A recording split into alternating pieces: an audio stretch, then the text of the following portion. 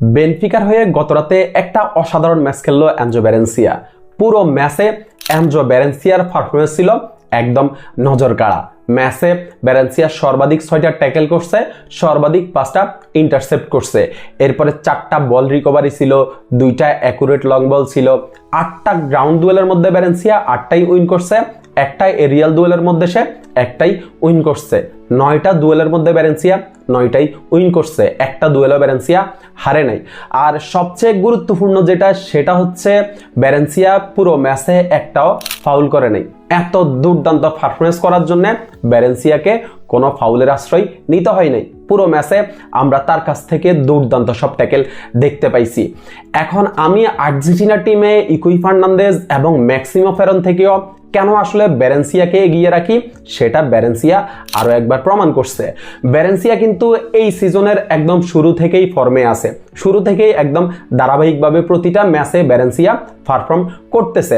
Moreno যখন বেনফিকার coach হয়ে আসে তখন কিন্তু মরিনো ভ্যালেন্সিয়াকে একটু কম সুযোগ দেয়। লাস্টের কয়েকটা ম্যাচে তো এমনও হয়েছে যে কোনো ম্যাচে কোনো রকম গেম টাইম মরিনো তাকে দেয় নাই, আবার কোনো ম্যাচে হচ্ছে আপনার 5 মিনিট 6 মিনিট বা 10 মিনিট এরকম গেম টাইম মরিনো তাকে দিছে। তো গতরাতে মরিনো আপনার হচ্ছে এনজো ভ্যালেন্সিয়ার উপরে ভরসা রাখছে, তার উপরে আস্থা রাখছে এবং হচ্ছে ভ্যালেন্সিয়া সেই আস্থার প্রতিদান দিছে। আশা করব যে সামনের ম্যাচগুলোতেও মরিনো হচ্ছে ভ্যালেন্সিয়াকে সুযোগ দিবেন এবং ভ্যালেন্সিয়াও সেটা কাজে লাগাবেন।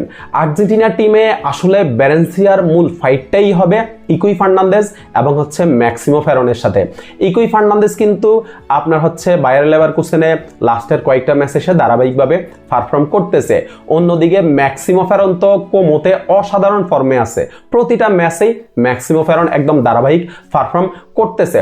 সো ভ্যালেন্সিয়াকে যদি এই দুইজনের সাথে ফাইট দিয়ে আর্জেন্টিনা টিমে টিকতে হয় তাহলে কিন্তু ভ্যালেন্সিয়া যখনই সুযোগ পাবে তখনই সে তার সেরাটা দিতে হবে, একদম ধারাবাহিক পারফর্ম করতে হবে।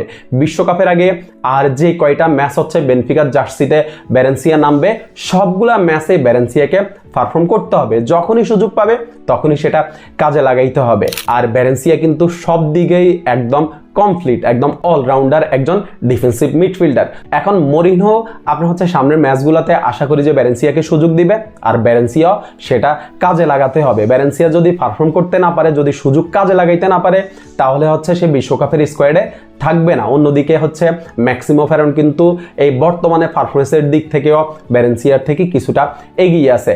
সো ভ্যালেন্সিয়া যদি রেগুলার আপনার হচ্ছে পারফর্ম করতে পারে তাহলে আমি আশা করি যে ভ্যালেন্সিয়াই হচ্ছে আপনার আর্জেন্টিনার বিশ্বকাপের স্কোয়াডে থাকবে। শুভকামনা থাকলো ভ্যালেন্সিয়ার জন্য। ধন্যবাদ সবাইকে।